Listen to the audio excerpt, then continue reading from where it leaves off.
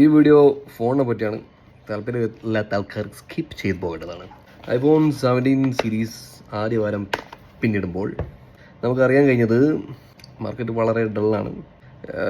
കാരണം ഇതിൻ്റെ സ്ക്രാച്ചസ് വരുന്നൊന്നും, പിന്നെ ഇതിൻ്റെ ഡിസൈൻ ആൾക്കാർക്ക് ഇഷ്ടപ്പെട്ടില്ല. പിന്നെ ഈ കളറും ബ്ലൂ ഓക്കെ, ഈ സാധനം ആർക്കും ഇഷ്ടപ്പെട്ടിട്ടില്ല എന്നാണ് പൊതുവെയുള്ള ഒരു അഭിപ്രായം. പിന്നെ ഈ സ്ക്രാച്ചസ് വരുന്നത്, നമ്മൾ ബാക്ക് കവർ ഇട്ട് കഴിഞ്ഞാലും സ്ക്രാച്ചസ് വരും എന്നുള്ള ഒരുപാട് വിഷ്വൽസും ഫോട്ടോസും സംഭവങ്ങളൊക്കെ സോഷ്യൽ മീഡിയയിൽ ഉള്ളതാണ്.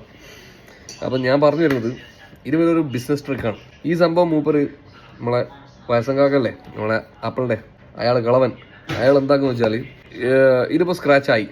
അപ്പോൾ അടുത്ത 18 എന്ന് പറഞ്ഞൊരു സാധനം വരുന്ന സമയത്ത് ഇതേ ഡിസൈൻ, എൻ്റെ വാക്കുകൾ ഓർമ്മിച്ച് വെച്ചോ, ഇതേ ഡിസൈനിൽ തന്നെ അവരിത് ടൈറ്റാനിയം ആക്കും.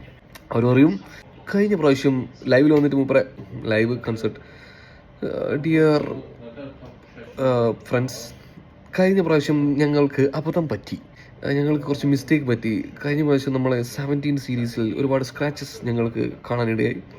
അതുകൊണ്ട് തന്നെ ഈ പ്രാവശ്യം നമ്മൾ അതൊക്കെ മാറ്റി വീണ്ടും ടൈറ്റാനിയത്തിലേക്ക് നല്ല സ്ട്രോങ് സ്ക്രാച്ച്ലെസ് ബിൽഡാണ് ഞങ്ങൾ ചെയ്യാൻ പോയതെന്ന് പറഞ്ഞിട്ട് ഇറക്കും 18. അപ്പോൾ അന്നേരം 17 വാങ്ങിയ ആൾക്കാരൊക്കെ എന്താക്കും, വേഗം മാറ്റിയിട്ട് 18 ആക്കും. ഇതൊരു ബിസിനസ് ട്രിക്കാടേ.